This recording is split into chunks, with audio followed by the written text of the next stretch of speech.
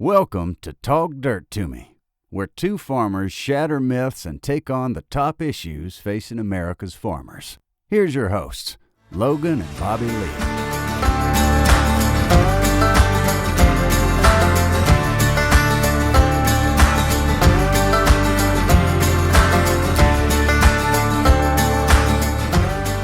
What's up, everybody? Good evening. Good evening. We got another family event tonight. A family event, guest episode, in-house guest. We kind of checked all the boxes. We did. You know, this is the last family member that everybody has been asking, like, when is he going to come on the show? For real? Yeah, you know, there's been several people I've seen. They're like, when are y'all going to? But I mean, it's the last one. Like, man, we've got so many more family members that we have on. Like, well, no, that's true. I guess they did mention our wives. There has been a couple of people that want our wives to come on the show. Which my wife's she's quiet. You know, now your wife's a talker. My wife's got a loud mouth. Yeah. She likes to talk. Like Marcy's real quiet. Like she's like, I don't know what I would even say on a podcast. Well, hell, I feel like that's the way I am, like in real life. Yeah. I sit here and talk. So yeah, it'll come out. Yeah. Just got to get her liquored up. That's right. Well, we let the liquor flow. So, yeah, tell us. Yeah. Who is our guest? You got to introduce yourself. All right, I'm Drew Hanks. I'm Logan's first cousin, Bobby Lee's little brother, 4 years younger than Bobby Lee, and happy to be here tonight, although I do doubt there's been strong demand for my presence. So there has been people that are like, when are you going to have Drew on? Well, it's only taken us 4 years. I know. Well, and it took us 200 episodes to get our dads on. Yeah. So, yeah, I mean, it's about right. But yeah, before we dive in too deep, we need to do our housekeeping real quick. Need you guys to hit that like button, hit subscribe, comment below, and let us know what you think of the episode. If you got any questions for Drew in particular, you can comment them below and we'll be sure and get them to him. Go to talkdirtpodcast.com and you can submit your questions on the contact page. Leave us 5 stars on Apple, Spotify, hit the follow button. And I've been working on the store. I saw you had, and I thought about that. I was like, man, it was a beautiful day today. It was a good day. I should have got with you to get some pictures, but I just ran. I had the shirt. I put on the Marlboro looking shirt this morning, and I told Marcy, I said, let's run outside. I said, just take we just got to get some pictures well, for right now. I was telling somebody, I was like, we just need to get them up, and then like later on, we can get like more professional pictures. The captions are, because we know our hardcore audience that really wants them. They don't care that we got like, they're professionally photographed. They just want the shirt. They just want to be able to see what they look like, hit order, get them for Christmas. But you got plenty of time to do that. I need to see if I can pull up this caption and read it to y'all. So I was working on the captions and I utilized the help of my Terminator. I was about to say, I know exactly what you used. Yeah, to come up with these for the description of the shirt. And the skullet description is pretty good. It's pretty darn good.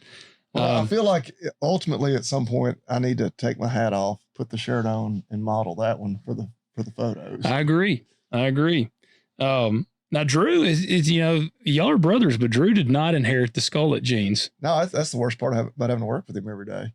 You get to see his hair. But no, I'm like, yeah. Well, so which you have hair. Yeah. But I always say, like, my dad and my brother are two of the only men in our family that still have hair. and I just have to work with them every day. Yeah. Yeah, you still have hair. Yeah, I got a ton of hair. Like, your dad's just like me. Yep. Big C was that way. Yeah, both my granddads are bald. On my mom's side, her youngest brother, he's still got a pretty good head of hair. Definitely better than me. But her older brother, more along the lines of me. Yeah.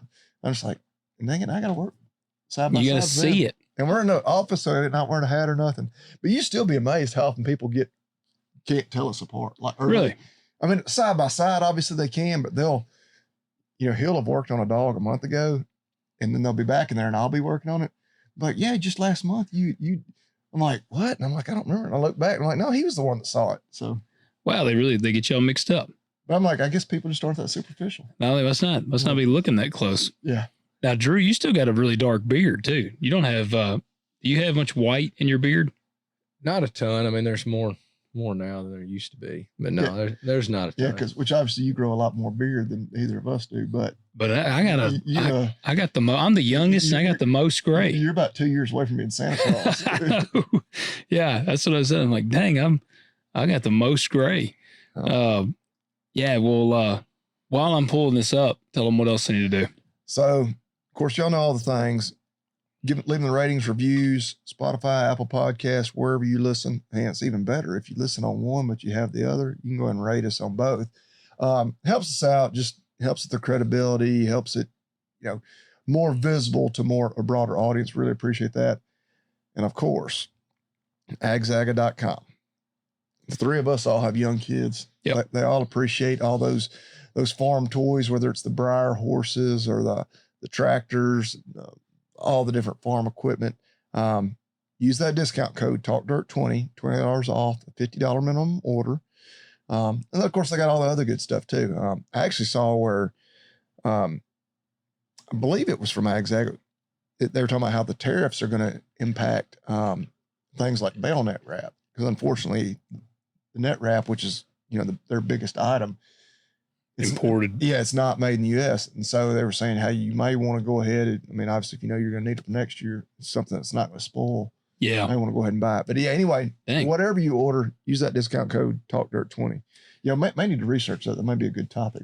Yeah. Especially before the end of the year, if we can help you get those orders in quick. For sure. All right, I got it pulled up here. So you can see this is the preview. There's the skullet, got the shirt, but price, get to select. Like it looks all official. The sizes, yeah. Yep, and it's got an inventory. So if you run out, like it'll tell you on here. Right. Let me read this. This is the caption. Inspired by Bobby Lee. Some men fear baldness. Some men fear mullets. But Bobby Lee, he looked destiny dead in the eyes and said, why not both? That shirt is for those bold enough to embrace the most dangerous haircut in the farming world. Business in the front, apocalypse in the back. I was like, that is just perfect. I've always heard it said, because the mullet is business in the front, party in the back. Yep. I've heard people call it out of business in the front. Out of business. And party in the back. Yeah. Yeah. No, that's pretty good. I liked the apocalypse in the back. Yeah. Was that Chat GPT or Grok? That was Chat GPT. Okay. Yeah. Okay. That was Chat GPT. But so there you go. By the time this episode drops, our store may very well be live. But there'll be 4 designs, which you hinted at the Marlboro logo, but of course it says Talk Dirt to Me, the skullet, and then the other 2 are really like graphic. Yeah, the bull, the cocaine bull, and then and see, I didn't even realize it was cocaine. It's just kind of a cool looking like bull head. But it's kind of got like a splash of powder. Hey, I mean, it can be dust. Well, yeah, right. I didn't know if it was dust or just like, it's a cool morning. He's blowing, just some condensation. Yeah. And then, maybe the one I like the best is the tractor. Where he's running from the cops. Guys on a 1066. And the cops are chasing him. Yeah. That one is just, they're all great shirts. That kind of encompasses the full, Talk dirt to me, man. Yeah, I mean, Bobby Lee, he doesn't buy drive out tags, so once every 8 years. Everything I own is legal right now. But no, guys, they should be up by the time this drops. And unless I run into any snags, I don't think I will. So, Drew, you just got back from the NFR. Yep. Yeah, really cool experience. First time out there.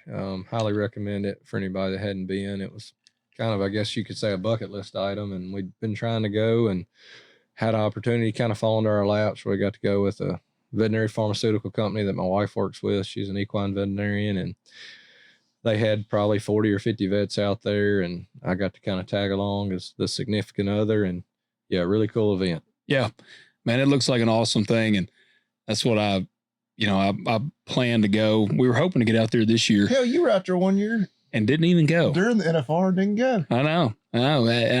And the guy that I was out there doing the show with was like, I can get you tickets to the NFR if you want to go. And I was like, nah, man, I'm all right. Which I know y'all had tickets. Well, how hard were tickets to get if you didn't already have them? You could still get them. I mean, there was people out there trying to buy and sell every day. So it's like scalpers out there? There were scalpers out there. And then at one of the trade shows, they had like a little booth. We went to round 2 which would have been Friday night, but we stayed Saturday night. And I looked at going to round 3, and we could sit kind of probably 10 to 15 rows up in the second deck for like $145 each. It's not that bad. Nah. And the guy told me, he's like, how much do you want to spend? I said, oh, about $200 for 2 tickets. He said, come talk to me in a little while. Like, pretty much, if I hadn't sold them, we may be able to make that work. Oh, I guess just to get rid of them at that point, because they're specific to the day. Yes. Gotcha. Yes. Well, that's what, like football games, they'll tell you all the time, if you're willing to wait till right after kickoff, well, they're practically giving them away. You know, Well, yeah, because I guess trying to get anything. they're worthless. Oh yeah, 'cause they're stuck with them. But yeah. Well, that I definitely plan to go next year. And well, I say that every year. So, well, I was ready to go this year. I had the wife ready to go. yeah, well, and then now we made the bold statement last week about we're going to be at National Farm Machinery Show, and I would say at this point it looks like I'm not going to be able to go. Yeah, we're going to go to that one. I'm going to leave. We're leaving Thursday. So you're definitely going. You're taking the whole family. Yeah, we're all going. If I can go, it'll probably just be me. Yeah. Yeah. Well, we'll be there. Yeah. You need to get there. It's funny, Drew, I was in Mount Zion up here the other day, and they asked me, they said, how many of y'all are veterinarians? And I said, it's a bunch in the Hanks family. And she said, yeah, because I saw that like best of Tipton County or whatever the thing is. Mm-hmm. And she said it was like Robert Hanks, Robert Lee Hanks, Andrew Hanks. Like she said, it was like all these, she said, basically, regardless of who won, it was going to be a Hanks. It was the battle of the Hankses. Yeah. Who won that battle? We don't even know. No, we do. I won. Did you win? Okay. Well, the last time I asked, because it had already passed, I was like, well, we're not even really sure who won. Yeah, I didn't get notified. Somebody just sent me a text where they saw. Oh, you don't get like a cool award? No. It's for those out there outside of our audience, it's like our local newspaper, which, of course, unfortunately, print media has kind of died a slow death in those last 25, 30 years. Because I remember, like as a kid, where like it was a big ass deal to get the paper. Oh yeah, the leader, yeah. Like because it came out like twice a week. It's not a daily paper, and now it's like, I mean it's. I think all newspapers, even the big ones, have kind of gone. Oh yeah, the digital route now. But yeah, I told him. I said Bobby Lee. I said Drew's wife, my uncle. I said all of them. I said they just are a lot better at school than I was. And then we have another uncle. Yeah, like sometimes when we're like at Thanksgiving or Christmas, there might be five vets there. Yeah, if everybody's there, there's 5. Yeah. So if somebody's listening and you have like an animal emergency around Thanksgiving or Christmas time, please show up. You need to show up on a holiday to our house. Now Bobby Lee's had people show up at his house. Yeah. Have you had that happen, Drew? Not yet, but it's coming. Yeah. Because I've got some really good clients that live really close. So it's coming. Yeah. Now, these weren't even clients, were they? Oh, man, you never know. Like, I guess they kind of become. After that, yeah. And look, I don't want to, but it's always funny because it's like my really good clients are like, man, we ain't going to bother you after hours. Like, we hate to do that. Then I'll have people call me up that like, I mean, it's something see you once every 5 years. Nowadays with your cell phone, like everybody has a phone number. You know, keeping your phone number private. But like, it's like, I've never even seen this animal before. And here it is, because it's 9:00 on Saturday night. You're calling me? Yeah. You're the emergency man. Well, I was like, well, maybe it's because it's just a puppy.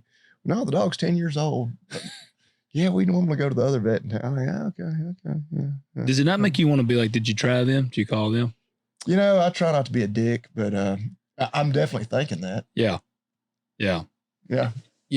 Or you'll see somebody in the Mexican restaurant on Friday night, because we're pretty much there, and they'll say, hey, there's my vet. And you look back and you literally give them a rabies vaccine every day. Yeah. That's all you do. Which I don't want to turn this into this whole subject, but it's always funny because we have some awesome clients. And but then somebody will be in there and they'll be like, yeah. Shoot, I paid for this latest edition y'all did. Oh, that's nice. And I mean, that's like, whatever. They're kind of joking, cutting up with you. And I'm like, you look and they're like, yeah, they come in once a year and just get a rabies vaccine, which is great. Like, do that. You're staying legal, but What is that, like $50? no, it's Less like 20. Oh, so they It damn is- sure. And look, there's a lot of people that don't even do that. So, but as far as what's legally required of you as a pet owner, that is the absolute bare minimum. Oh, you're legally required to get a rabies vaccine. for a dog and cat. Oh, yeah. Really? I mean, they're not going around like, Are you supposed to do that every year? I mean, ours get their shots. But you can do a 3-year. Gotcha. Once, well, we don't have to get into all the technicalities, but yeah, they have to be up to date on the rabies vaccine legally. Now, again, they're not going around, asking for your papers. yeah, You're not at risk of animal control showing up and asking for them. gotcha. I didn't know that was required. Yeah, it's technically legal. Yeah. If a human contracts rabies and it's not called early, it's fatal. So Yeah. that's why they don't play around with it. And then the only way to check, don't they have to cut the head off the animal? Yeah. Got to check the. Yeah, there's no antemortem test. Yeah.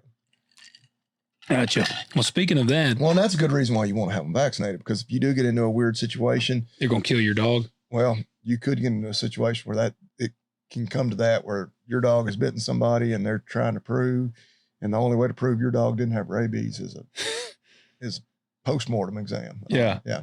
You have to Damn. test brain tissue. That's really rare though. Oh, yeah. Rabies is so rare, but yeah, if they're vaccinated, the animal control officer's probably not going to go to that point. Well, and Yeah. that's specifically for our area too. Now, some of our listeners you may live in an area that has a little more of a rabies risk than we do. Now, y'all, when you were at NFR, speaking of, this wasn't rabies, but this like weird herpes basically outbreak, you said they were having to really lock down the horses. Yeah, and that's not my wheelhouse. That's my wife's. But yeah, the equine herpes virus, there's been an outbreak, and essentially there's a neurological form of that virus. And if contracted, it can be a serious deal.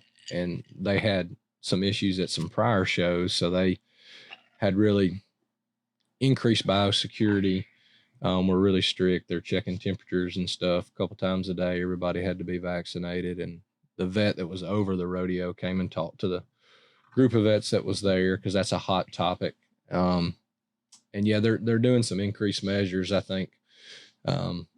Yeah, to prevent it. They shut down some smaller rodeos Yes. because the dude that helps us on the farm there, Brock, they're big into rodeo, and several of the ones they were going to go to got shut down just to, I guess, to try to stop the spread. Well, there's been all kinds of, like, my wife never going to a show, which I would agree. Like, a smaller show that's not that big of a deal. Like, yeah, just play it safe. But that was a big deal going into the NFR. It's like, what are they going to do? Like, they can't hardly afford not to have it. Oh God, yeah, that'd be Which, during COVID, that was the one year the NFR, since it moved to Vegas, that it wasn't in Vegas. Where was it that year? They had it in Texas, wasn't it? Texas. I can't remember the exact venue. Right there, the Dallas Fort Worth area. Hell, they really couldn't cancel an event like that, because you got a lot of guys they depend on that. I think a lot of it came down to Nevada's kind of a blue state, and of course they were acting like idiots. And yeah, sure enough, it was in Texas that year. I actually knew a lot of people that went that year. Yeah, which is kind of funny, because they were like, "Well, yeah, we're going now because it's a lot easier." So they might have had a better turnout almost. Yeah, it's a lot easier to get to Texas than it is to Vegas from here. At least if you're not willing to fly. Have they ever talked? Which y'all had a little issue there, didn't you? Yeah, we got out there about 5 hours late, which the Memphis airport is nice because it's really small, so you can get through security quick, but there's not a ton of flights coming in and out. So there was a mechanical issue with our plane, and so that delayed us on getting another plane out there. It wasn't like they had another one leaving, an hour later. Absolutely. But it turned out okay. We just stayed an extra night, and So y'all did stay an extra night. yes, because of that, we were going to come back first thing Saturday morning. And then we ended up staying Saturday night. But I mean, it wasn't a huge deal. Just went to the bar pretty early at the airport, waiting on the flight to actually get there. Yeah. Not much else to do at the airport. Yeah. Yeah. Man, knock on wood. When I flew to Vegas, it was fast, but like I said, I got there really late. It was a late flight. I got to Vegas at like midnight, and which is 2 hours. I think Vegas is 2 hour 2 difference. hours ahead of us. Yeah. So I was burning fumes when I got there, but yeah, no, man. And y'all were saying, see, I missed it last night. I didn't get to watch NFR. I've been watching it every night because I've trying to watch Lane Mitchell, Will Loomis, and of course, Levi now, he's my son. He's a big Rockersteiner fan. Like he's like, oh man, he's got the red outfit with the skulls on the side. Like Levi just thinks it's cool. Punisher, yeah. And so he's like, hey, there's Rocker Steiner. Like that's the only one he knows. But he gets pumped Levi up. needs to get his ear pierced. He does, yeah, Rocker. I told him, I was like, yeah, you see, he's got his ear pierced, and which he's only 21. Yeah. But there's a bunch of guys that are like 19 years old. Well, the rough stock events, don't a lot of them make it to their late 20s. Not still in the game. That's true. Yeah. Well, that's it's about like football. Like I always thought JB was older than he is, but I think he's only like 40. Yeah, I don't think he's that old. Yeah, but and he's like, he's fused. He basically doesn't have a spine anymore. He's just he's been so fused together. Well, and like the bull riding, it's always, like last year in the bull riding, like a lot of the guys that I really followed weren't even there. Yeah, because they were injured. Yeah, because that's just, man, it's J.R. Stratford, he's one of the guys I follow pretty closely, who can't remember, 22 or 23 was his last time there. I guess it'd been 22. He missed like the last two with injuries. Well, hell, he'd been having a really good week. Last night got hurt, and so he's out tonight and tomorrow night. They're going to reevaluate him, see if he can ride by Friday. Dang. It's like that, which he wasn't. He was like number 5 in the world, which he was pretty far back. He probably wasn't in a real strong position to really make a move on the world title. But hell, every night there's a chance to win $36,000. Yeah. And then once you have to sit out 2 rounds, chance of placing an average would go to pretty much zero. So, oh yeah. Well, potentially costing him, $150,000. That's about like, I would almost equate it to UFC fighting. Like it's a young man's game. It is like, especially the rough stock. Yeah. Like Tim O'Connell, when I did talk to him, his tailbone had been shaved off. Yeah. Like he had said he had broke his tailbone so many times that they finally just like shaved his tailbone off. Removed it. Yeah. But, so yeah, it's hell on a body. Oh yeah. No, it's all those guys are young. Every now and then you got one that's just like a total anomaly that just roping would be the best place to go. No, team ropers. Yeah. You can rope for a long time. And the steer wrestlers are not, which one of the guys tore his MCL. Oh, those guys are hurt all the time. Yeah. Now it's again, they can generally do that. Some of those guys have been doing it 10, 15 years. Not a whole lot of bull riders that have been riding especially for 15 years. Yeah. The dude, Tucker Allen, who was, I don't know if he's still like in first but he was really close. He's the lightest one of all of them. I heard him saying he weighed like 185 pounds. And they said he was actually the smallest of all the steer wrestlers because like Will, I think he's about 6'3", about 250 pounds. Yeah. There's definitely an advantage there to being big. Yeah. Yeah.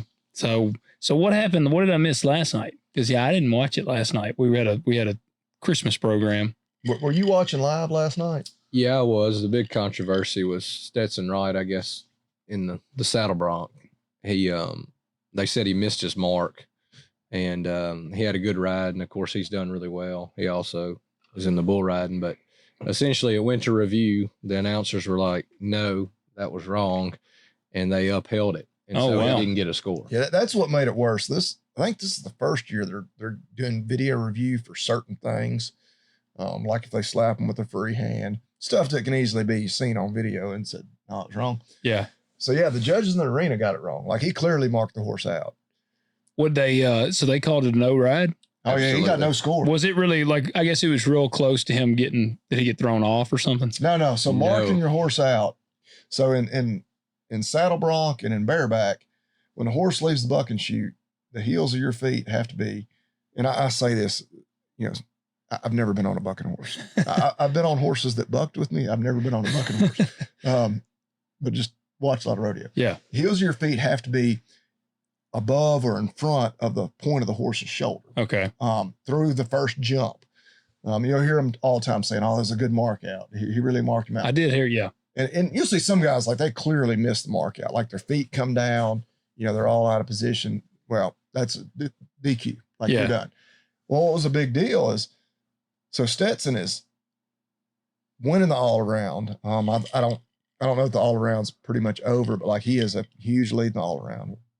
He's been kicking ass in bull riding. So all-around champion just means your total money won across all events, which a lot of guys just compete in one event, but he competes in two. So he's in line to win the all-around. He's right there really close in the bull riding. And he's won, a bunch of world championships in the past. And he's really was coming on strong in the saddle bronc. He was way back, but he was number one in the average. Well, the average pays $96,000. Yeah, that'd be a nice, and again, for our non-rodeo listening fans, the world championship is based on how much money you won all year. Whoever wins the most money all year ends up world champion. So at the NFR, you can win. Well, every night, the winner of each go-around wins $36,000. So, I mean, that's what I was thinking. Them throwing that flag pretty much took him completely out of the average. And of course, he couldn't win anything last night, and I don't know if it would have been a good enough, if it would have been a high enough score, but that one call could have cost him $130,000. Yeah, shit, that'd be terrible. And I read too that there only 3 previous times has there anybody ever won a triple crown in 1 year. So won 3 world titles in 1 year, and he was, poised to do it. Damn, man, that really sucks. Like he at least had a chance to make a run in the saddle bronc, win the bull ride, and like I say, I think he's going to win the all around. And yeah, like they just took it like one, and it was so blatantly bad. Like everybody, it's been all over social media. If you follow rodeo people, like how do they? It's one thing. It's the same way like when you watch football. Like okay, they got the call wrong on the field or in the arena. It's in the blink of an eye. Guy makes a judgment call. It's wrong. Okay, but now you got these jackwagons up in the booth that are getting to watch it like in super slow motion. And when they still get it wrong, that's when there's no excuse. Yeah. But it pissed him off. It was actually pretty cool. Did you watch any of the interviews with him? Yeah, he handled it really well. And probably the coolest part is he turned around and won the bull riding after that. Yeah. That's what he said. I was mad. He said exactly what I needed. Yeah. And yeah, social media has been all over them today. The thing I didn't like, which I don't watch rodeo terribly close. Typically, I've watched it close this year because we went, or at least the NFR. But what was really cool about it, like I say, there's a lot of outrage about it, and it was pretty clear that yeah, they got it wrong. But what I don't like is like the review happened really fast. Like it was like, okay, they should correct it. The announcer said that, and like 10 seconds later, they're like, no, it's upheld. It's like, hey, just like take your time and get the call right. Yeah. Yeah. Which, and it is very fast paced. Mm-hmm. They're pumping them in and out really fast. And they understand.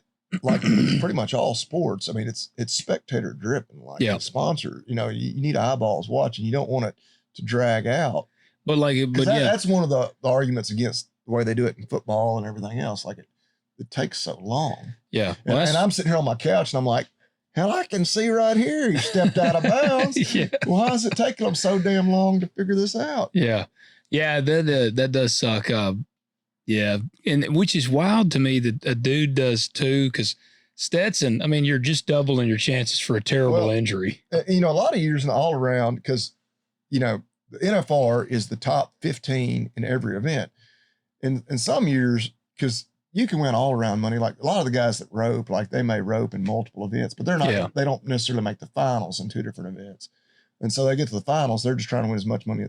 But there's actually, so Stetson Wright is in the finals in both bull riding and saddle bronc, and then Wasey Shala in the bareback and the bull riding. Yeah. And it's been an awesome battle because like both of them are doing really good in both events. Yeah. It's like, this could come down to the wire.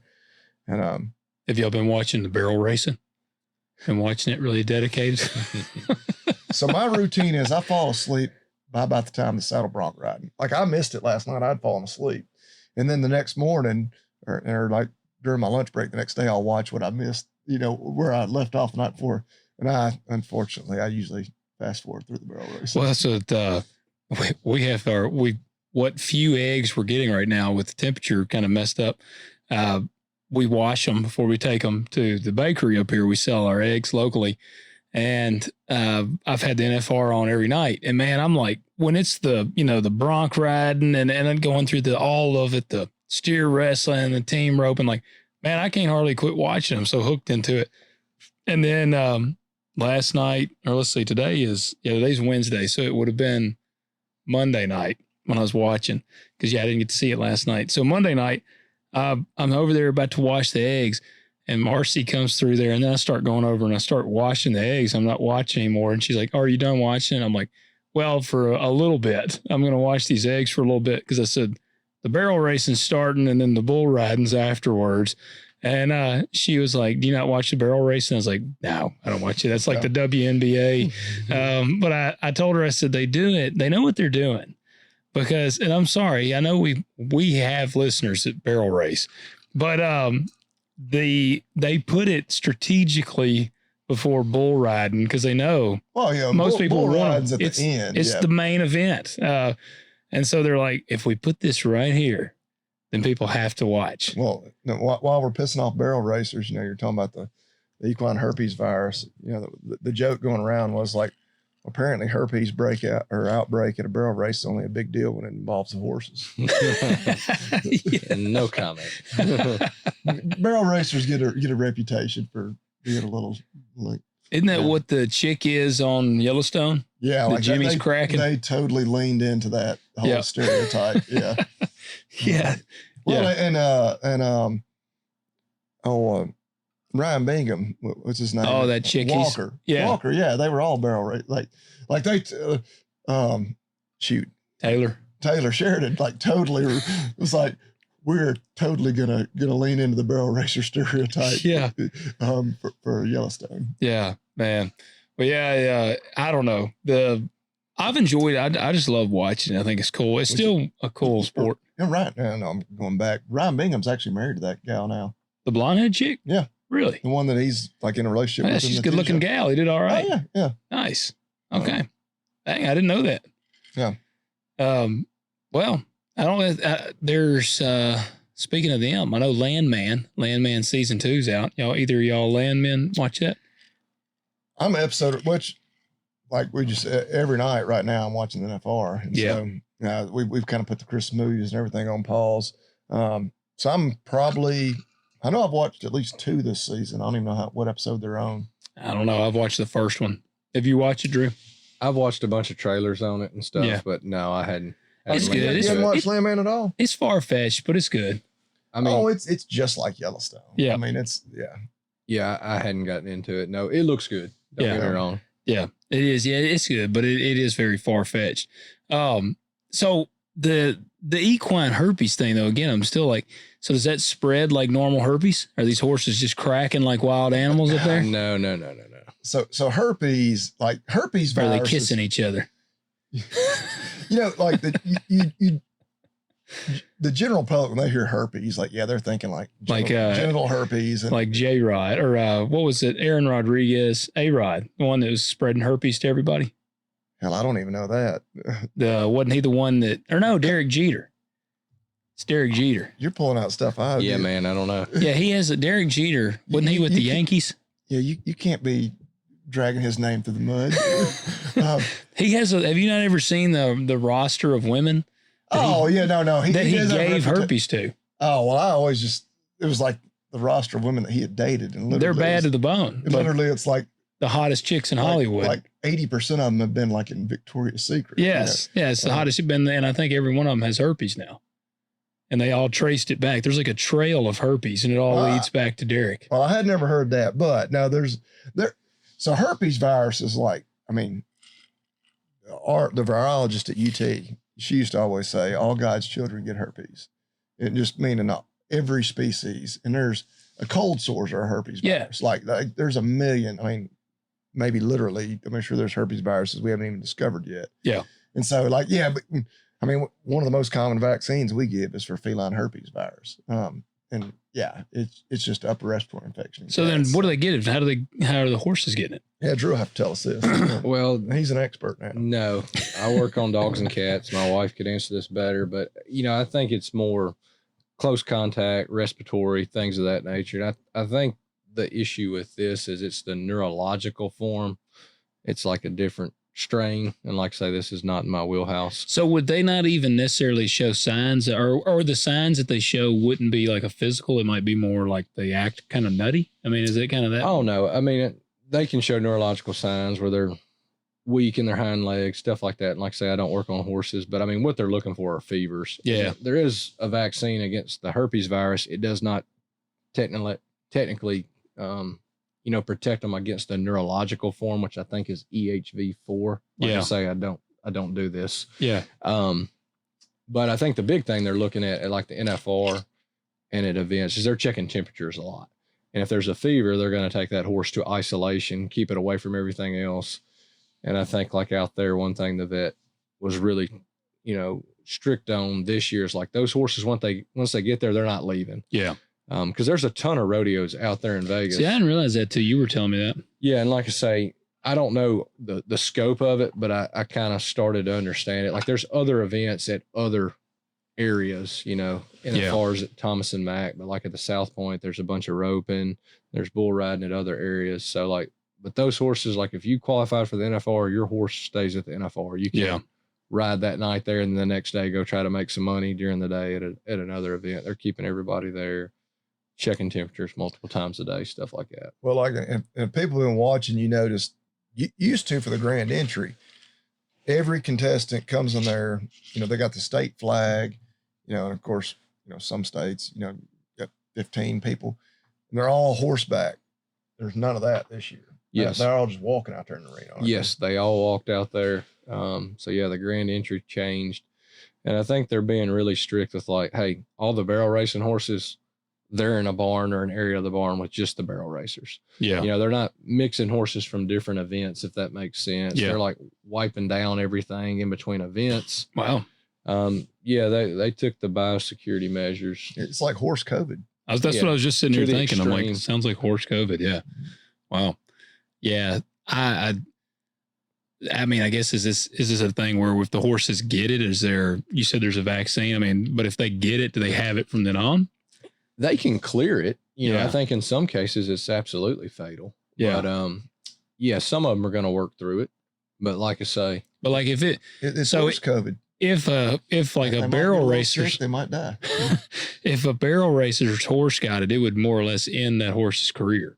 Oh no, not necessarily. It would end the NFR event for it. Oh yeah, gotcha. They make them isolated. Like if it had a fever, they're going to take it to an isolation area, probably there. Yeah, and then they're going to immediately test it. I think it's probably a nasal swab, and then I mean they're not riding that horse anymore, but that barrel racer is going to get on a different horse. Yeah, like sometimes they don't even ride the same horse every night. Yeah. See, they've all got multiple options there, whether they use them or not. But yeah. Well, it's I just think it's cool, man. I think the whole NFR thing is just a neat event. I saw Instagram's been flagged a couple because I follow the NFR on there. And other night I was scrolling through Instagram and the NFR's post came up and it had a sensitive content warning. And so I was like, oh, damn, somebody must have got like gored. And I clicked on it and it was just calf roping. And it was just a really good calf rope.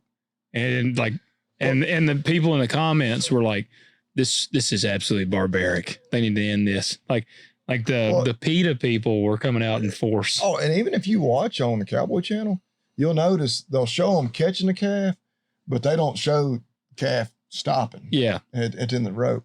And I remember when it used to be on ESPN, they would never they'd show calf roping was always the worst because you can't even see if he jerked the calf down or not. Yeah. But they didn't want that to be on TV. Like, what the hell? People are soft. Snowflakes. Yeah. Yeah. That's what I said. I commented on there. I said, sensitive content warning. What? And this somebody commented back and I said, people are soft.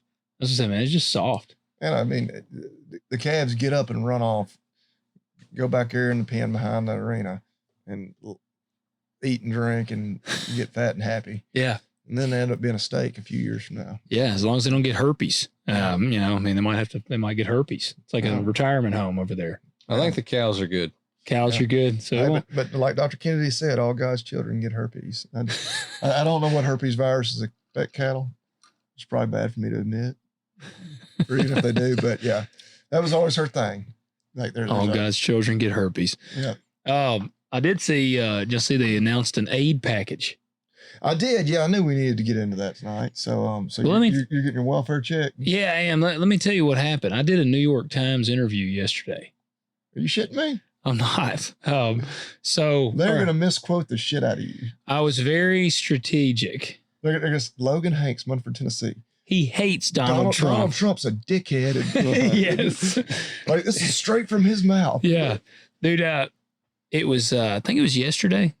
When did they announce the aid package? It was the day. I think it was yesterday. Yeah. Okay. So yesterday, I was on Instagram and I just had a message request. You know, you got like the 3 sections, and I had a request. I get in there and it was this chick, and she was like, "Hey Logan, I'm so-and-so with New York Times." And she said, I'm a video journalist with them. And she said, I would like to do an interview with you and talk about Trump's aid package for farmers and the assistance and all this and the effect of the tariffs. And so I said, yeah, I'll do it. And so we did it yesterday afternoon about 2:00. Now I was like, I went in prepared because I'm like, all right, New York Times, they're liberal as hell. They have an agenda. They absolutely have an agenda. And she told me, because I was like, I felt like a damn politician after that episode because, man, I was strategic. Like I didn't elaborate on a lot of stuff. And I mean, I shared like I told her, I said, the assistance package that they've promised is actually not enough. Like if they truly want to do a bailout, if my math is mathing, then this aid package, and I guess we'll back up here, it's a $12 billion aid package. $11 billion is promised to the row crop guys. I heard that they're holding $1 billion back. Yeah. So last I saw, it was $155,000 cap per entity. Which the one thing I did like about it is supposedly all this money, it's not taxpayer money. This is all tariff money. All right. See, is it? Because I heard the other. Okay, well, we got conflicting. See, that's what I heard somebody saying this was not tariff funds. And I know some people would argue, well, the tariffs are paid by the yeah, that drives me crazy when they say that. But anyway, like it's not, you know. But see, I did see where Trump said we're going to take a little bit of the tariff funds. Okay. So Trump did say that, but then I had somebody try, and actually it may have been this New York Times journalist that said otherwise. But see, she had done her homework too, because that interview I did with Real News No Bullshit, and I mentioned, they asked me, they're like, did you vote for Trump? And I'm like, I voted for him 3 times. And so yesterday she goes, so I know that you said you voted for Trump 3 times.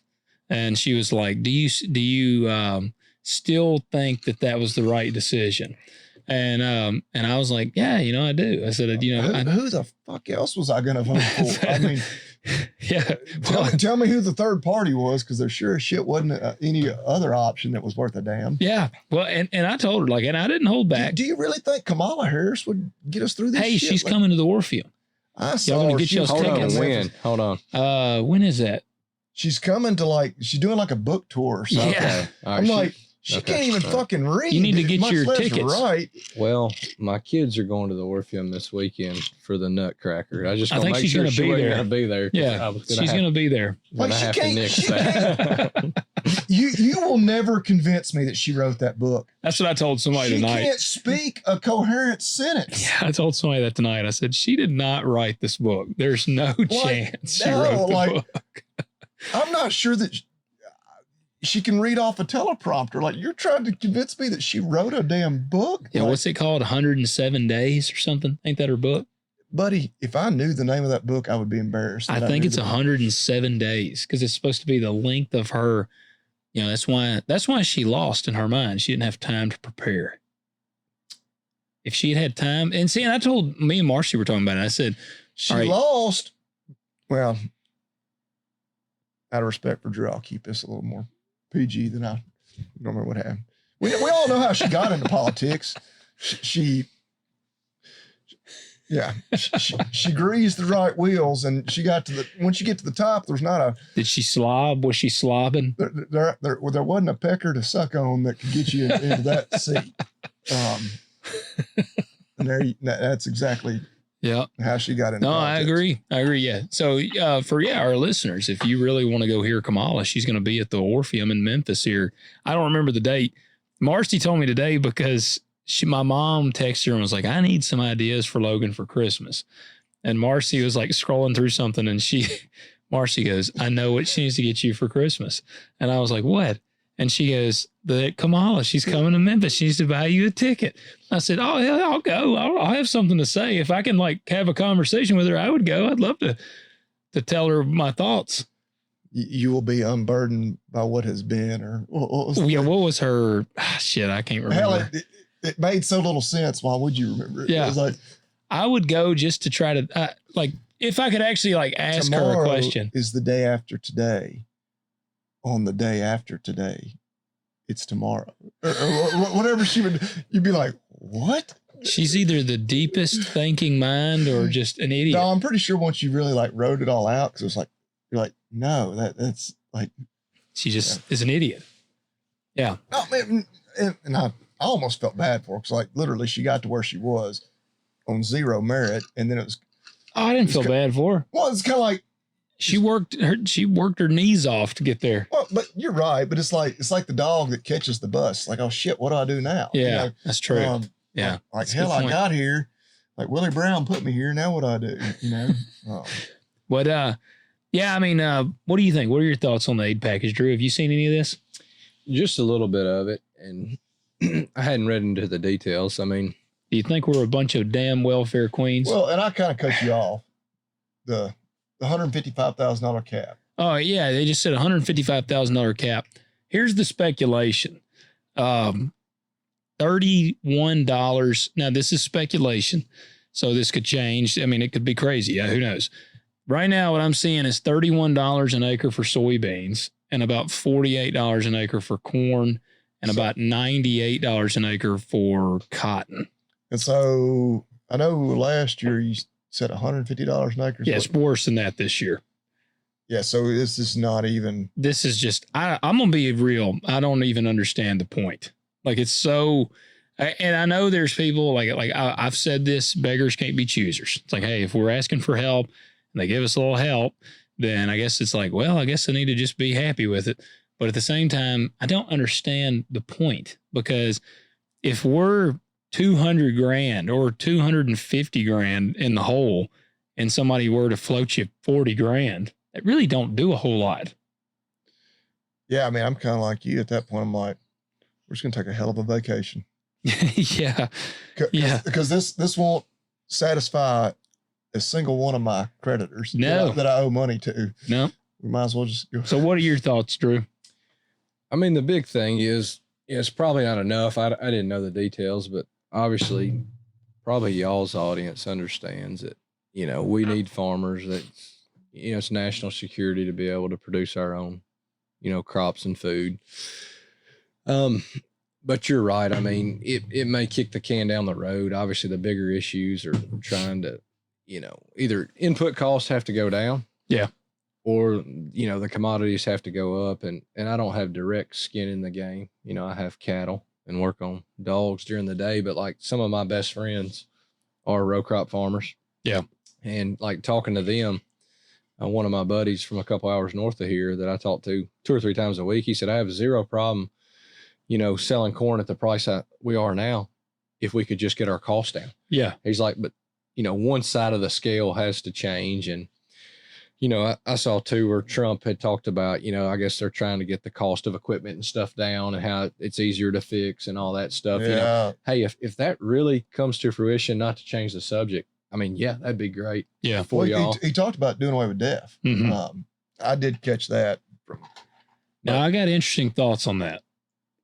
Or were you going to add anything else? No, I don't have anything further in depth, but yes, one side of it has to change. I mean, you know, we have to have the farmer. Obviously, I think y'all's audience probably understands that. Probably there's a lot of people out there that, think it's welfare Yeah. and all that. And they just don't understand. Well, Yeah. and that's the problem. Like for anybody new listening out there, where we're generally against these packages, is that all this is going to do is help make some of the creditors whole. Yeah. It's not going to really help any of the farmers. It just comes into our hands and passes right out. Well, and like Drew's buddy talking about, you know, helping the input costs.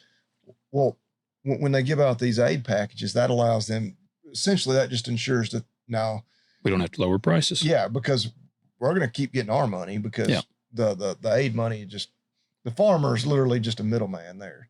You know, Trump says they're giving it to the farmers. No, they're giving it to John Deere, you know, Bayer, you know, whoever. Yeah. All the big corporate companies that, you know, there's just a handful of them that control the whole industry. All the seed, the chemical, the equipment.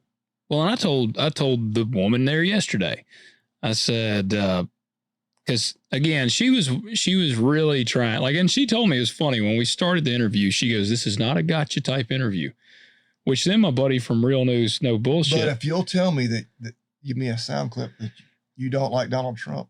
Well, that's what Real News guy John called me afterwards, and he was funny because he was like, "Hey man, I want to hear your thoughts on this." And I told him, I said, "Well, that's funny you call. I just did an interview with New York Times," and he was like, "Damn, how'd New York Times track you down?" And I said, "Oh," I said, "They referenced some of your interview that you did with me." And he was like, "Well, I'll be shit. They've been trying to get my ass for a long time." And so, I told her, I said, and again, I was playing this really, I didn't want them to sway me or not sway me, but to edit me in a way that made me look like some liberal idiot. Yeah. And, you know, that's basically what they did to the dudes in Henderson, Tennessee. Yeah. They make them look like idiots, but then made them look like basically they just bashed Trump for the entire session. And so I told her, I cited the fact that China, I told her, I said, first off, the tariffs actually didn't hurt us in row crop that bad because our prices were higher at harvest this year than they were last year. And then I told her also, China began investing in Brazil in about 2007 to 2008 timeframe. So this has been going on for a long time. And I guess technically, if you wanted to trace that back, that would have been like Obama, that China really started beefing up their investment into China. And some of the people are they're like, if you want to put some blame on somebody, Obama was president when a lot of these big companies consolidated. And they said, really and truthfully, that should have been a monopoly that they didn't allow to happen. Yeah, they should have blocked the sale of some of those. Yeah. Or the acquisition of that's right competitors by companies that, resulted in them. But I told her, I said, I don't think that the policymakers understand the scale of losses. And I think the problem with that is because our ag is so diverse in this country in the sense that, man, like we all know in our area here in West Tennessee, we got our asses kicked. Our neighbors in Arkansas, they pretty much got their asses kicked. We got neighbors in Mississippi, South Missouri that got their asses kicked. But then there's guys in some parts of Illinois and Iowa that had the best crop they've ever had. Like there's a dude that farms right on the Tennessee state line, I guess bordering Alabama. And he had the best crops he's ever had. So I understand like it's probably difficult to like try to pinpoint a number, but I have seen where Farm Bureau or somebody said that farmers were going to lose like $44 billion this year. Mm. And so it's like, when you hear that number and they're going to throw essentially 11 billion at it, that's a quarter.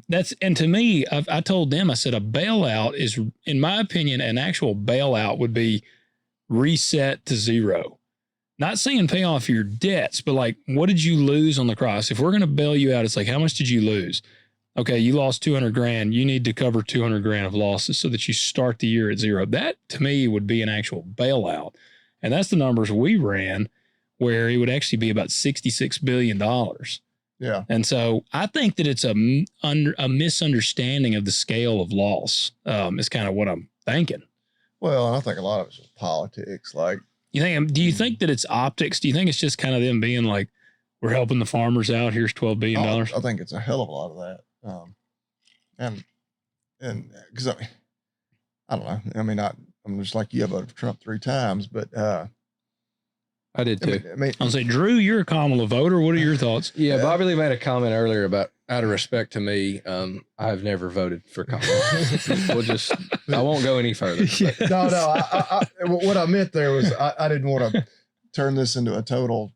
I didn't want to be talking about Kamala's rise to political fame and how she got there and getting way off tracks on. Did you think you were going to offend Drew?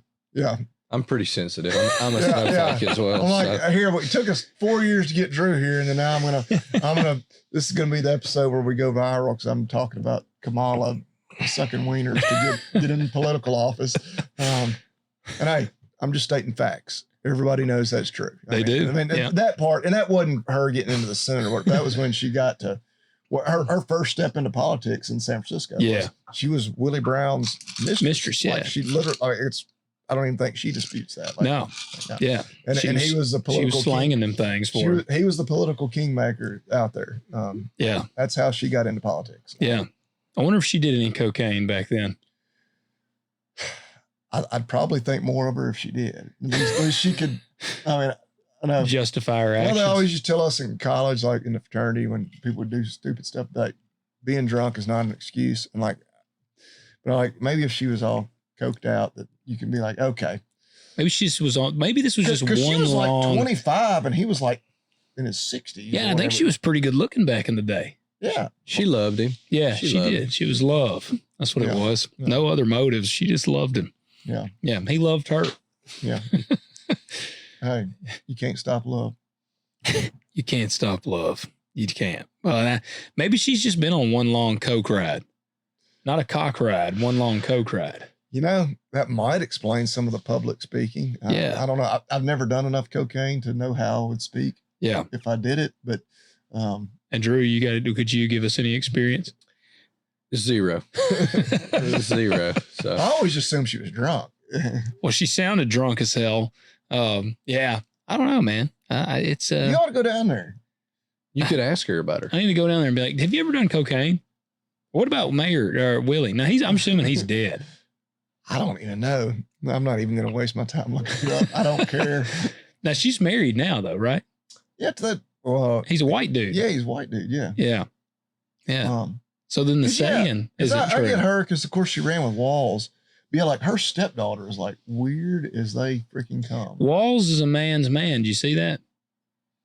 No. He just did, Gavin Newsom. He does, he's got a podcast because he's trying to become like an average man. So people vote for him for president. Oh, yeah, just a regular old dude. He's just a good old dude, man. But he's, what did Walls say?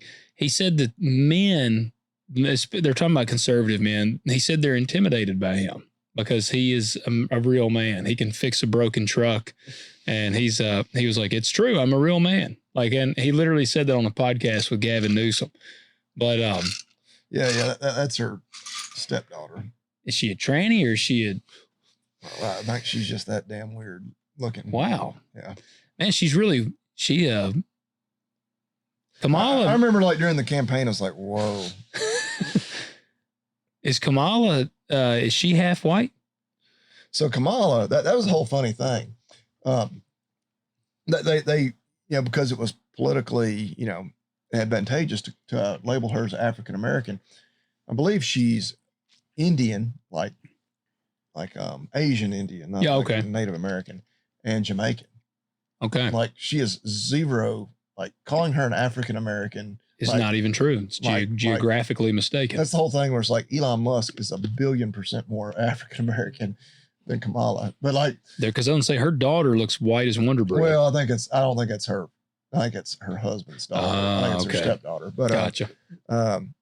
Yeah, there was a funny meme. It was something where, it's where it was like a New York Times headline where it's like, maybe. What do you got against New York Times? Well, I don't even know if it's New York Times, but Washington Post, whatever. But back when she got elected to the Senate, it's she's the first Indian person elected to the Senate. And then whenever she's I don't know, somewhere else, she's the first African-American. So she's a chameleon, man. She just goes to whatever. It had a magician twirling a wand. It says, it was whatever, poof, now you're African-American. So she's kind of like Pocahontas. You're whatever that you need to be to be politically, advantageous, Yeah, I'm pretty sure she's Jamaican Indian, which is cool. Hell, whatever. I don't care what you are. Yeah. But yeah, don't pretend to be something you aren't. Yeah. Well, that party's good at that. Yeah, I don't know. I got a lot of mixed feelings on the tractors. You mentioned that, Drew, because I watched Trump talk about that, and I love the idea of getting rid of deaf. And I love the idea of going back to just a wide open, like a diesel motor is meant to be, which is just wide open.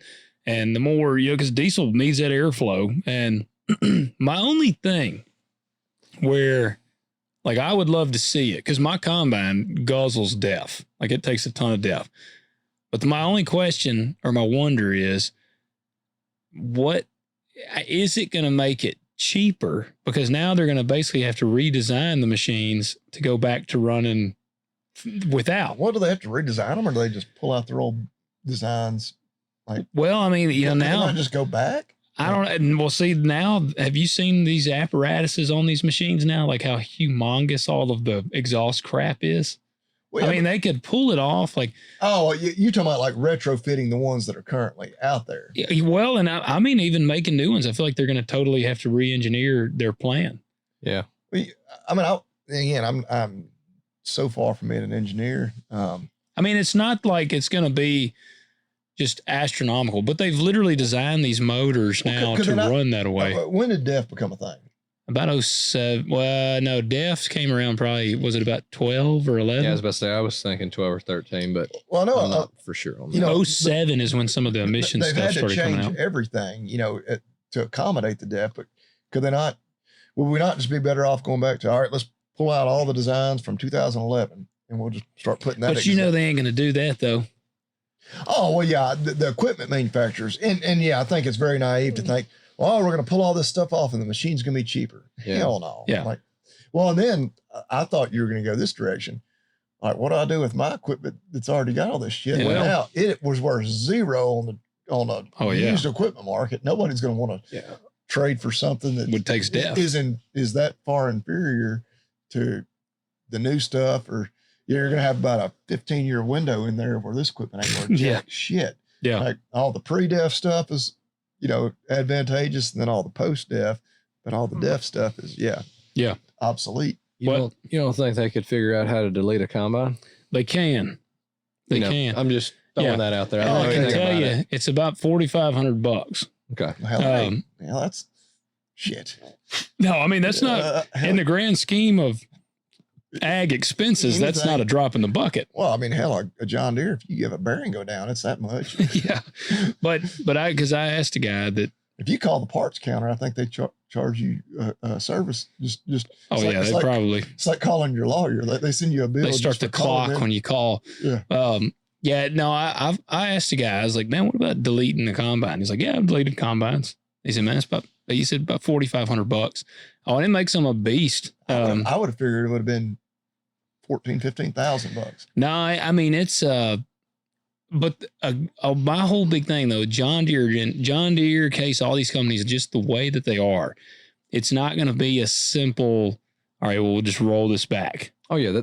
They're still going to try to be profitable. They are. There's no doubt. And Trump even said in that statement that he wants to make it where the percentage additional that they'll make, they can't pocket. But I just don't know how you regulate that. Like, I like the idea. And I told this, I don't like a lot of government regulating much of anything. Well, but I told the woman yesterday, I said, Trump is one of the first presidents that is really raising awareness to the expenses. Like, he's one of the first guys that's been, they are like looking into, all right, are the big four meat packers, what are they doing? And I don't know what that'll end, but he has acknowledged that there is something at play there. He has acknowledged fertilizer is too damn expensive. He's acknowledged that equipment is too damn expensive. I haven't heard any other president even acknowledge that. I did see something that I am truly intrigued by today. They've announced $700 million for regenerative ag. Did y'all see that? No. And this will be through EQIP programs. I know you've used that, Drew. And I have. You've used EQIP, haven't you, Bobby Lee? I don't. No, I don't. I've never used EQIP. Okay. I don't think. Which is it an RCS program? It is. Yeah, correct. It is. And it's like, it's an enhancement. EQIP. I don't remember what it stands for, but anyways, it's my cover crop program that I'm in is EQIP. And it pays for a portion of the cover crop seed. And it's going to be through EQIP, and it'll be to help you convert to regenerative ag. And see, I don't know their scale of because this just came out today.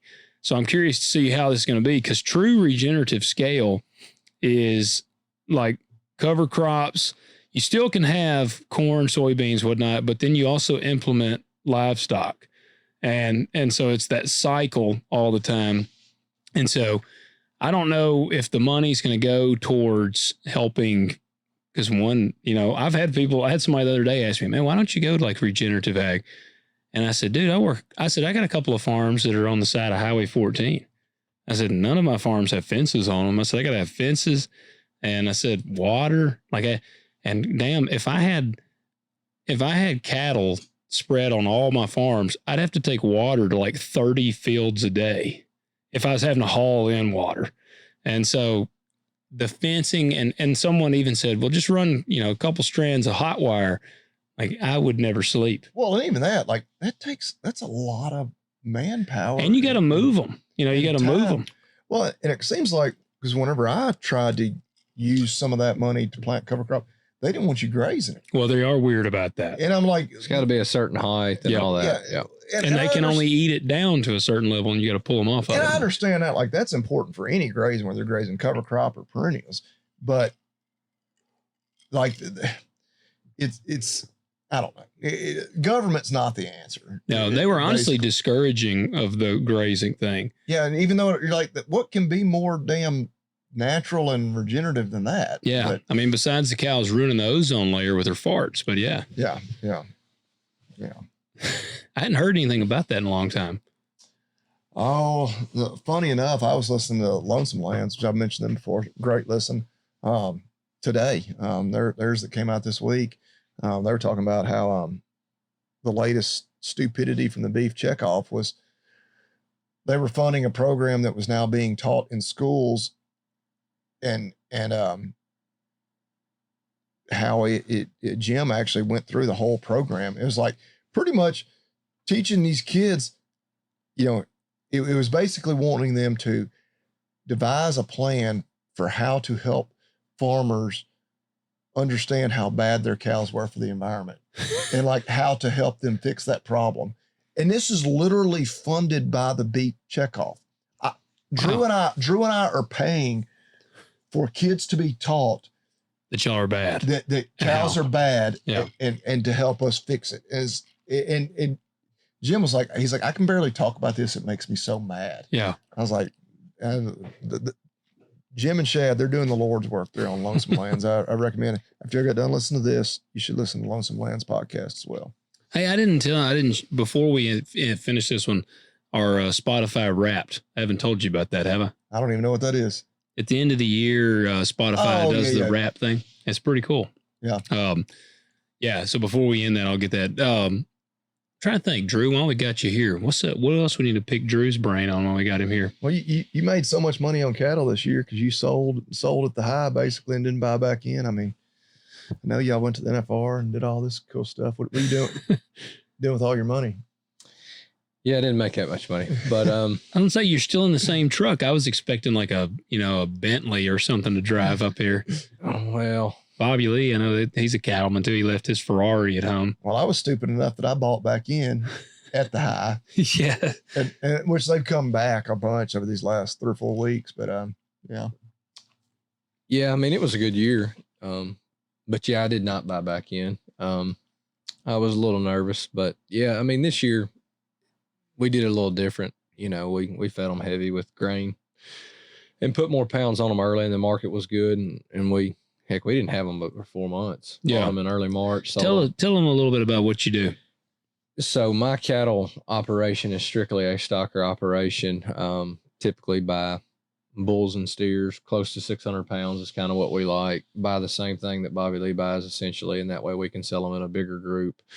You're definitely going to get money, more money if you've got the numbers, particularly, at least one truckload, which is 50,000 pounds. But yeah, every year, I think I've done it for 5 years now. I've always bought bulls and steers. I actually like steers a little better. Why? I think it's less stress on them when you get them because you're not having to castrate them. I think, stress obviously can lead to more problems, less weight gain early. The counter to that is steers cost more than bulls. And then this year, supply was down a little bit. So you you kind of get what they send you, which we don't typically go and buy them. At least I don't. We use a group, and I guess we can shout them out. Dixon Regional Livestock Center in Dixon, Tennessee has been really good to us. And typically we call them, tell them what we want. They send us high quality cattle. And we go from there. And, but I usually tell them, hey, the more steers, the better. Yeah. But like this year numbers were down. And so, hey, whatever I got, I don't even remember what my split was on steers and bulls, but, it's strictly a stocker operation that I run. Some years, I think the first year we bought them March, April, held them till after Thanksgiving. Yeah. Other years we've sold them in August. This was by far the earliest, but the weight gain was still really good, because we did feed them heavy because, hey, feed was cheap this year. Yeah. So you're welcome. We love that $4 corn. yeah, I was gonna say you're welcome. It went really good. One year we backgrounded or had heifers that did not go good. We knew they wouldn't gain as much weight, but it was a significant drop. Really? And I did not feed mine as heavy as I did my steers this year. Yeah. But I still fed them pretty solid. And I remember talking to the guy that runs the barn there. He said, man, you just got to feed those heifers heavy. And I was like, dude, I thought I did. So, Which you're smarter than me. You go all in, all out. Yeah. You know, in terms of you buy a group, you sell them all. Drew's not having to get up at 4:30 every morning to feed cows before he goes into his job. Not this time of year. You did well up through July. If I were gonna go into cattle, I would want to go the way that Drew does. That would be more enjoyable, in my opinion. Yeah. This time of year, I don't want cattle over winter. Correct. Well, and like right now today, I mean, we're relatively dry right now. But it's going to be. I fed cows in my cowboy boots today. And you see in a few days, it's going to be like 14 degrees. Yeah. I mean, it's just going to be brutal, man. But the cold's not as bad as just when it gets sloppy and nasty. Oh, yeah. I mean, we've talked about that. Like, I don't enjoy messing with cows in the wintertime. Yeah. Saturday night and Sunday, I think Sunday, the high is like 29. It's going to be down in the teens. But I think there is some rain for next week, but we're going to be dry. So I don't even really mind that. Yeah. Heck, ground will be good and hard. I don't have to worry about mud at all.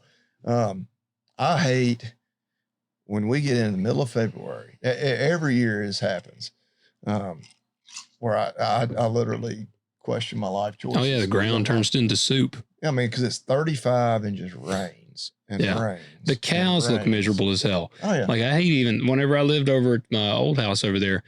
You know, our dad's cattle are out there, and then they're like shit. They're like hunched up almost. Like they look like they feel like shit. But like Sunday morning, Monday morning, here this next week when it's going to be in the teens, but it's going to be dry. Oh, they won't care at all. Oh no, they'll be. Yeah, I mean, they'll be out there. They'll be all skippy and happy. Yeah, man. They'll be happy to see me showing up with a little feed. Willis might run out there and slap one of them like he did at the birthday party. Yeah. My son was being, wild man Willis. Trying to show off for his buddies. Yeah. But yeah, no, that's, and Drew, your wife, he got the hat on. They've got quite a history in the mule world for sure. Is it true that Tommy Lee Jones has bought some mules from them? Yes, that is correct. All right. So give us a little idea of what they do. Yeah. So I married into the mule industry. I'm not an expert. I definitely know more now, but, my wife's family, the Reese family, huge in the mule industry. If you know anybody that has a mule and is big into it, they probably know them or have at least heard of them. But shoot, they've been dealing with mules for over 100 years. Dang. My wife and her brother, I think they're their fourth generation. So they buy and sell mules. If you want a mule, they can get it for you. They have a bunch on hand. If not, they'll get it for you. They also have a sale company, Tennessee Mule Sale, that my wife's a partner in. Have two big mule sales a year. One's kind of more of a draft mule sale. Yeah. That's the second week of January. And then in April, they have a riding mule sale. But yeah, I mean, they have a ton of contacts throughout the country. They send a bunch of mules out to the Grand Canyon. So if you've ever ridden a mule at the south rim of the Grand Canyon, it's probably from Reese Brothers Mule Company. Awesome. I think this year they sent close to 30 out there. My father-in-law and brother-in-law are the ones doing that. My brother-in-law is usually, hauling them out there. Dang. And so they take them out there for like a little while and then bring them back? Oh, no, they're selling them. But okay. They essentially have a contract. And they every year are taking groups out there. But no, when they tell them how many they want, they're going to buy them, or they've either got them. And then a lot of times they're going to ride them, make sure they're the quality they want. And then he either hauls them out there or pays somebody to haul them out there. Yeah. But if he doesn't haul them, he flies on a plane, goes out there, and then he stays with them for a day or two, and they're riding them, making sure they're happy, and then he'll come back. Yeah. But yeah, they have a ton of contacts with outfitters, mule deer, elk out west. Wonder how they got tied up with old Tommy Lee.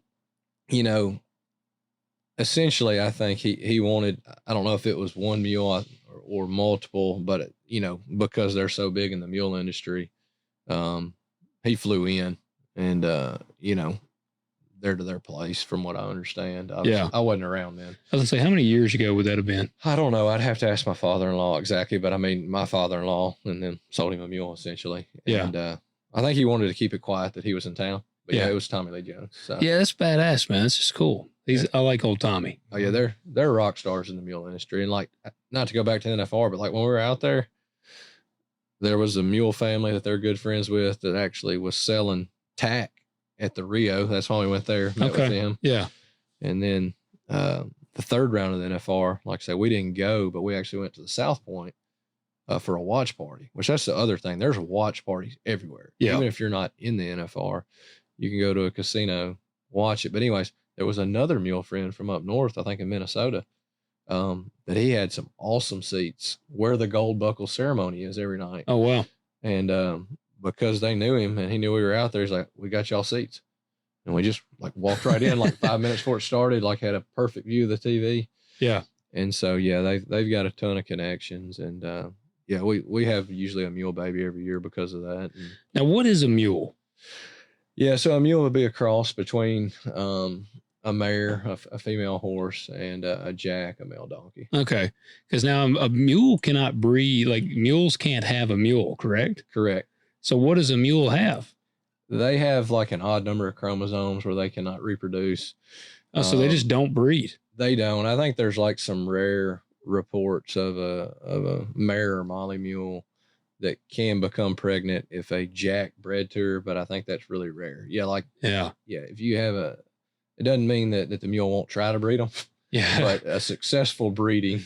Well, he still likes to practice. Because they have an odd number of chromosomes is not going to happen. And so, yeah, it has to be a mare and a jack. If you have a jenny, which is a female donkey, and a stallion, a male horse, what do they call that? A henny. A henny. A henny? A henny. What do the mule people think of hennies? Man, I really don't know. Like I say, I just married into this. I'll say this. I would assume like that they really look down on that. Like that's not. Yeah, of going to I've never seen a henny in my life. Let me throw that out there. And if I did, I didn't know it was. But they're undesirable. Are they like ugly? They ugly, funky looking? I mean, I really don't know. I'd have to Google it. Yeah. I mean, I know what it is, but yeah. A henny. Okay. Oh, it's funny. Like, I mean, there's people like they have guys for their, especially the riding mule sale, I guess, where they sell a lot that are used for like pack mules and like riding in the mountains for these hunting trips. They have guys that fly in from all over the West. Oh yeah. Yeah. I mean, what is crazy? What like now a mule? Cause see, my only experience anything even close would have been us having burros. Yep. Now a mule, they're bigger than a burro. Are they? Or it depends on what type of. They can vary. Yeah. Yeah. It depends on what type of horse, the jack is breeding to. So, I mean, like I say, they have the draft mule sale. Yeah. That's where you have a jack that's breeding to like a Belgian or a Percheron, which is going to be a draft horse. So it'd be big. Well, think of the size of a Clydesdale. That's what when you said draft, I'm just assuming Clydesdale. Yes. So, I mean, those are probably 15 to 1,800 pounds at mature weight. Yeah. And those are going to be the ones that are going to pull your buggies, your carts, stuff like that. But like they sell a lot of mules like to big quail hunting plantations. Yeah, plantations. Like they send a lot down to like Georgia and North Florida. Yeah. Absolutely. And they have a lot of contacts, like with the Amish and the Mennonites. They're always at the sales. And, a lot of times, one, they're buying and selling, but, a lot of times, like they may buy some draft mules, send them to the Amish for them to work them. They need them to work their ground, right? Yep. And then they'll get them back. And, they've been worked and handled a bunch. But yeah, it just depends on what they're bred with. Like at the riding mule sale, they're going to call that a quarter mule and think of that as the size of a quarter horse, about 1,000 pounds at mature weight. Do people buy like if I had cattle out here and, we used to keep burros with cattle, do people do that? Do they keep mules with cattle? Not necessarily for the same reason probably that you're thinking about. They don't like help protect or keep away coyotes or anything like that. Oh, I think they probably do potentially, but like some of these mules they're selling are high-end mules. Yeah. They ain't the kind you just going to buy and stick out and just kind of walk around. Oh, yeah. I don't know. It's some of their sales. Some of those draft teams, they're selling them in teams. I don't know. I've probably seen them bring 35,000. And how many's in a team? Two. Wow. But yeah, I'm not going to buy one of those to put out in the pasture. Like, some of the nicest riding mules that like they may show with it, right? There are mule shows. Yeah. Shoot, some of the best ones may bring that same price, 35,000. Or just one. Yeah. But like, that's not going to be the average, right? That's going to be the high end. Those mules are, they're nice, the ones that are bringing that money. And, if you were to watch them walk or watch them at a show, if you didn't look at their ears, you probably couldn't tell the difference between them and a horse, unless it was in my opinion, a speed competition. They're not going to be quite as fast as your. But now they're hardier than a horse, correct? Absolutely. Yeah. Hardier and, not to offend the horse people, I would say smarter. Yeah. Well, you ain't got to worry about that. I talk about how dumb horses are on here. They're more sure-footed, so like that's why they're better out west. Yeah. And then they always say they're more about self-preservation. Like, like a horse gets his foot wrapped up in a barbed wire fence, it's going to freak out and probably like cut its leg halfway off trying to get out. Yeah. Like they always say a mule just stand there until somebody comes and takes care of it. Yeah. No, I know just from hunting out west that the whole horse versus mule, it's like red versus green equipment. Like totally. It's just who you talk to. Oh, I got you. Yeah. When we elk hunted last year, we were in a camp and I had a bunch of horses and mules, and the guy I was hunting with, which he was actually, speaking of rodeo, he was a big rodeo guy. He was horses. He was cussing mules. The other guy that my buddy Lee was hunting with, he was a mule guy. Like they had a pack mule and they were both riding mules. I wanted alpacas. Alpacas, they spit on you. Yeah, I want to take some alpacas. Yeah, them jokers can be mean. Yeah. From my very limited experience. Yeah. Well, that's one of the times when I kind of realized how big they were in the mules. I was reading an article in a hunting magazine about an outfitter. I think they were doing lion hunts in like Utah. It's in Utah. Yeah, and they were talking about how the two brothers, like one of them was a big mule guy, one was a big horse guy. And he's like, oh yeah, and like the one that loved mules, he's like, yeah, he went all the way to Tennessee to get a mule. And he knew what he was talking about. Well, I immediately asked her, I was like, and he like texted his brother-in-law and he's like, yeah, they sell him mules. Nice. They're at the sales every year. Yeah. Yeah. That family. Yeah. So, well, that's awesome, man. Well, I know Drew is already about an hour and a half past his bedtime. So we'll try to get you out of here in just a second, Drew. It's 10:05 for our listeners. Yes. Real times we're sitting here. Yeah. Hey, this is early for me and you. I know. Yeah. And it's about 2.5 hours before my bedtime. Yeah. You're going to go inside and watch a movie. I might go in and watch a movie and, it's still, the night is young. So, I did want to shout out before we wrap up some of our podcast wrap stuff. It's pretty cool. So this is specifically like our statistics they give us. Yeah. Just know you can go on there and you can look at like what you listen to. Yeah. No. This is for our audience on Spotify. Yeah. This is just Spotify. So our audience increased 276%. It's pretty nice. It's pretty good. We appreciate that. Our followers. So audience and then followers is two different. Our followers is up 55%. So you're listening. Some of you ain't hitting that follow button. We need you to hit that.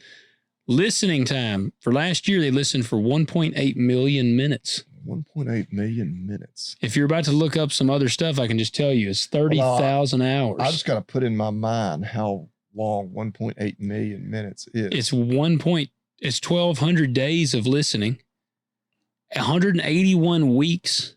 That's 30,000 hours. Yeah. That's 1,250 days. That's what it just said. Oh, did you say that? I'm doing math. I can't. Yeah, it's right here. 1,200 days, 181 weeks, 41 months, and 3 years. Yeah, 3.42 years. 3 years of listening. Nonstop. Nonstop. If it was one person, I guess. Our most downloaded episode was actually episode 203. Kind of surprised me. I thought it would be 200.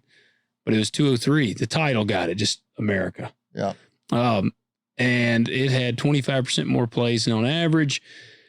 But the part I wanted to get to was what music and stuff that our podcast people are listening to. So you get the, yeah. Yeah. Yeah, YouTube does the same thing. Like, what other channels does your audience watch? So, yep. what kind of audience? Well, we reached 30 countries.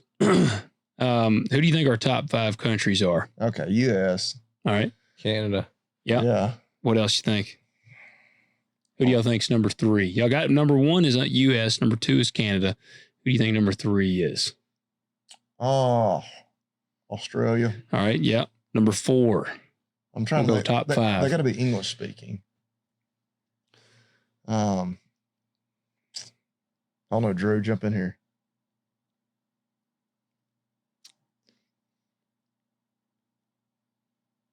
Great Britain. I have no idea. It's number 4 is New Zealand. Number 5 is Portugal. Portugal. Yeah. Wouldn't have guessed that. I wouldn't even know Portugal.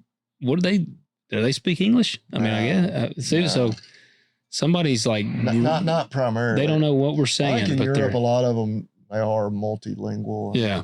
Somebody's listening. They're like, I don't know what these guys are saying, but damn it, I like it. Yeah. Yeah, I thought that was cool. All right. So we're a top 10 show for 1,200 people. And we're a top 5 show for 864 people. And we're the number 1 show for about almost 300 people. And I was like, that's pretty cool. Yeah. That's pretty cool. So here we go. Let me skip all of this. All right. So I was a little bit sad when I saw the top artist. I can see number 1. That's not bad. Yeah, and I know you said that because Pat creeped on your Spotify last night when you commented on the thing, and he was like, "Your cousin's been jamming some Morgan Wallen. I got to give him some shit." Well, I'll tell you, I don't ever do Spotify. Okay, well, he was like, "Yeah, I looked at Bobby Lee because he was like." So he can see my stats. Yeah. Was he really my number 1 on Spotify?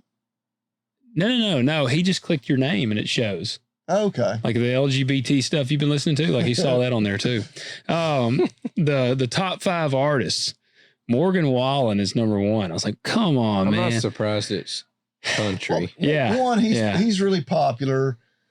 2, he's a Tennessee boy. I know. And I mean, whatever. Morgan Wallen. Is it Waylon or Wallen? I think it's Wallen. Okay. One of my buddies says that. Waylon? To be funny. Just instead of Waylon Jennings? He watches. He'll text me. All right. Zach Bryan's number 2. Treaty Oak Revival, number 3. Have you ever heard of them? Yeah. Is that a country band? Yeah, they're like, I don't know what you'd call the genre. They're like more Southern rock or something? Like the Americana, like kind of like Turnpike Troubadours, maybe like.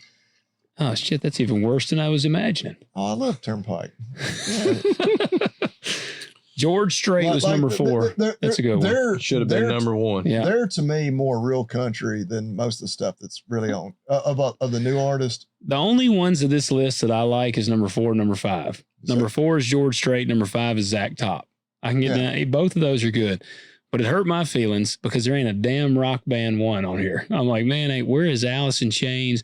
And I know we got some listeners that are Metallica fans because they send me stuff all the time. Yeah, but I don't know because I'm not so like all those artists. Like George Strait is really the only one that is, I would say, past his prime. Yeah, like is more of a classic. Yeah. And so I feel like the classics are just up against it because, I mean, they just are because they're not, currently producing a bunch of hits. Because I'm the same way as you. I love listening to rock, but I don't like none of the rock I listened to is less than like 30 years old.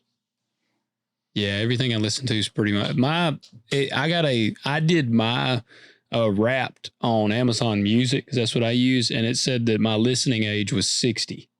Yeah. So I listened to old stuff. I mean, but my top bands were Alice in Chains, Metallica, Creed. I mean, I'm like, it's all shit from the 90s. It is. Or older. My number one song was actually, it was Rob Zombie was my number one song. So, but yeah, I just thought it was interesting. No rock. See, a lot of mine, because I do Amazon Music. That's what I do. Because I don't have any commercials. It has a Wrapped on it. And I looked at mine the other day, which I mentioned him earlier. Ryan Bingham's like my number one there. Like, yeah.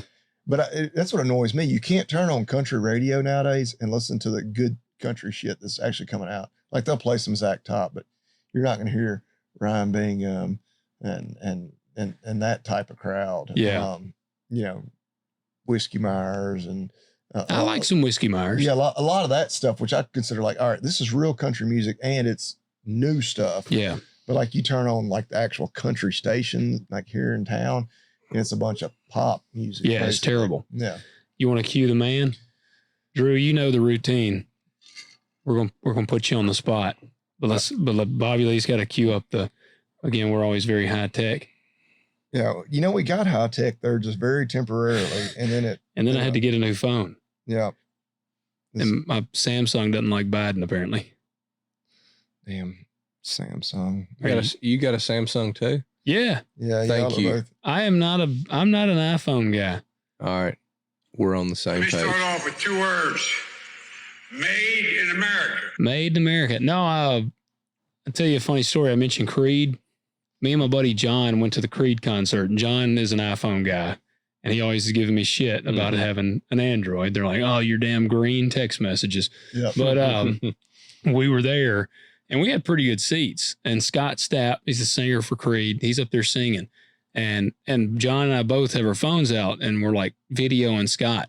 Well, my phone, you can like see the damn sweat, like Scott's singing. You can like see the sweat rolling down his arm. And John's over there like trying to zoom in. And I mean, you can't even hardly tell. You're like, I don't know if that's a person or if that's a speaker I'm zooming in on. And John leaned over and he was like, man, I hate your stupid phone. Cause like my zoom was just, 100 times zoom. I use this as binoculars sometimes if I don't have any. Yeah. I've never owned an iPhone. So I don't have anything to compare to, but I'm like, hey, I've been happy.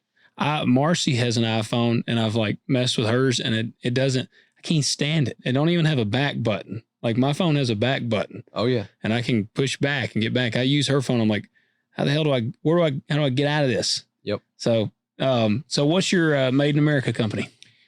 Yeah, I halfway prepared. So the one I wanted to do is American based, but I don't think this product is 100% in America.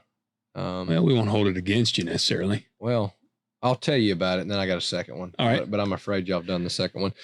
So I have a small operation, right? But John Dow Industries has a small fuel tank that it only holds like 55 or 58 gallons, but it's been good for me. Yeah. Right?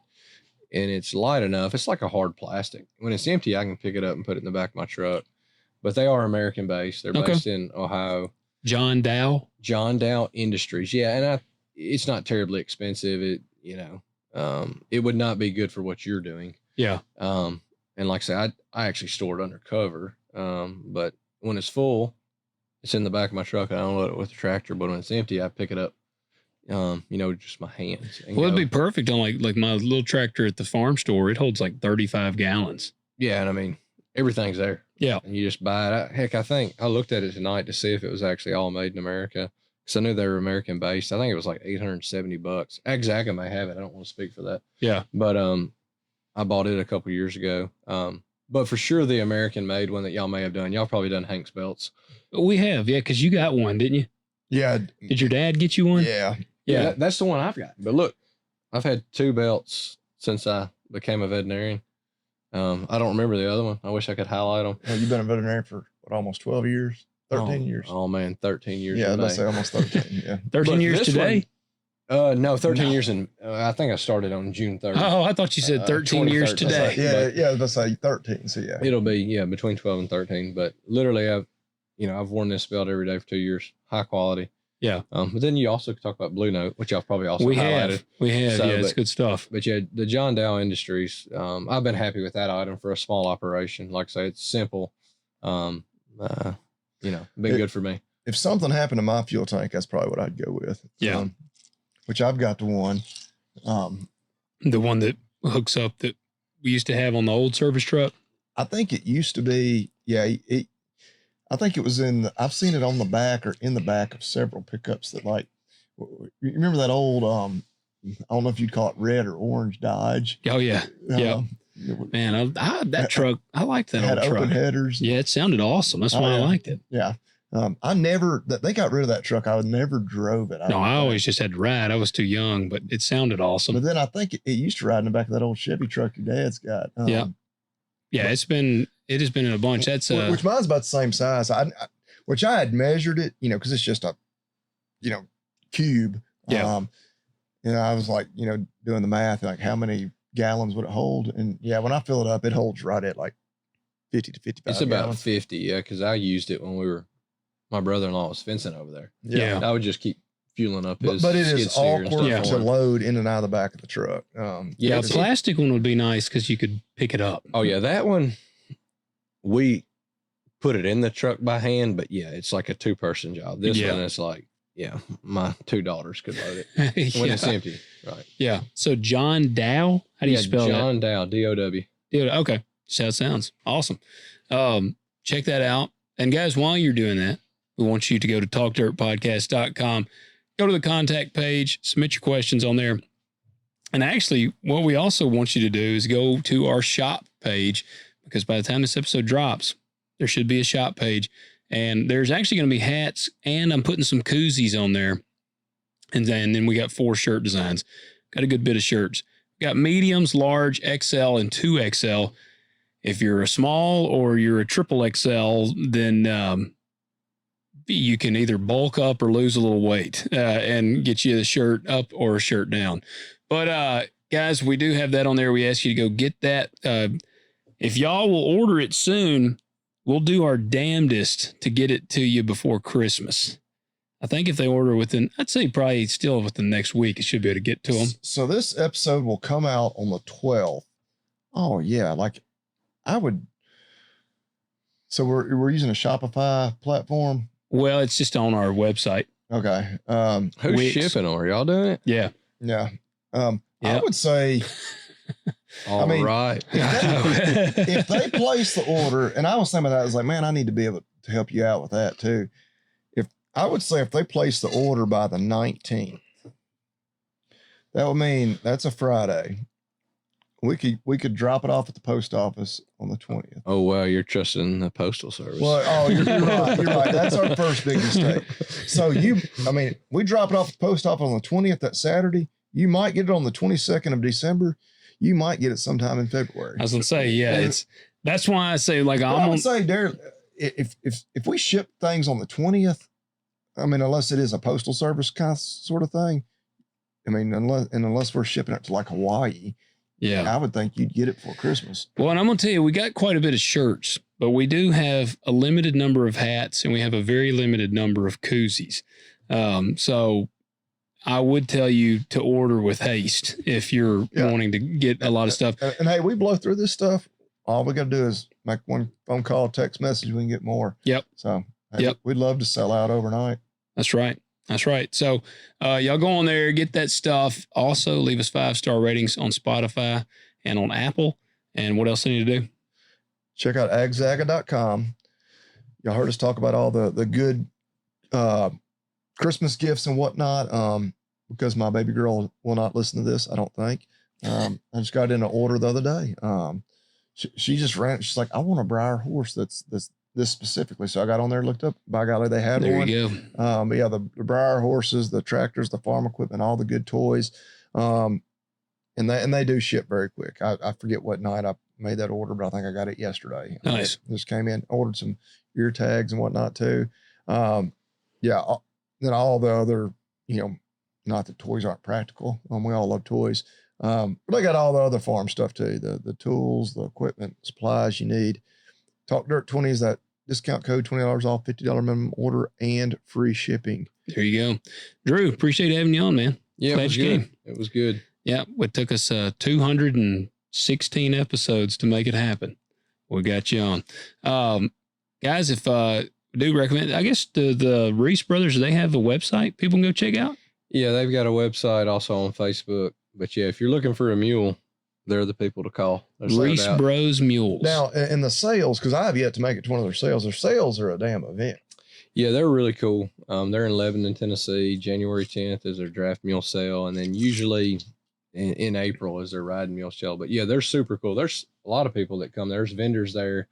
There's not the number of vendors that are at the NFR. But there's 10 or 12 vendors there. It's at the Tennessee State Fair in Lebanon.